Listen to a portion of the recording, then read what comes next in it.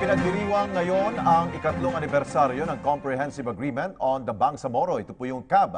Dito muling nanawagan ng government at MILF implementing panels sa Kongreso para sa pagpasa ng isang enabling law na magpapatupad ng kasunduan.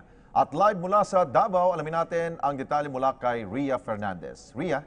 Alex, dito sa Davao City, napili ng pamahalaan at ng Moro Islamic Liberation Front o MILF na ipagdiwang ang ikatlong anibersaryo ng Comprehensive Agreement on the Bangsamoro o CAB na nilagdahan noong March 27 taong 2014.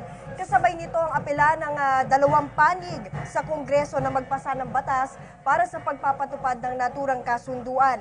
Para kay MILF Vice Chairman at Bangsamoro Transition Commission Chairman Ghazali Jaafar, itong CAB na negotiated political settlement ang susi para matigil na ang 4 na dekadang gulo sa Mindanao.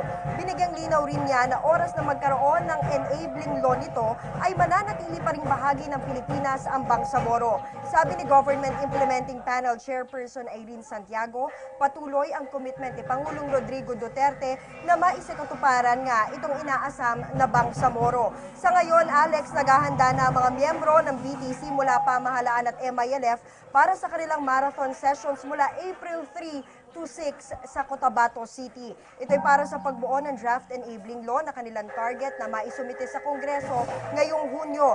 Para pagdating daw ng Hulyo sa kanyang ikalawang SONA ay masesertipikahan na itong urgent ni Pangulong Rodrigo Duterte.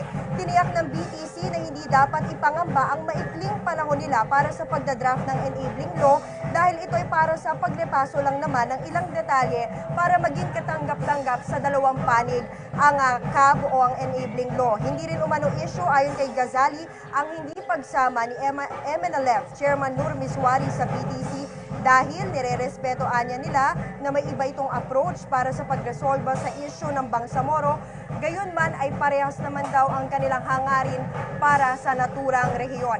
Sa mga sandaling ito, Alex, ay patuloy ang selebrasyon para nga dito sa CAB anniversary. At dito sa aking kaliwa ay makikita nyo ang cultural performances, tampok ang mga kultura dito sa Mindanao.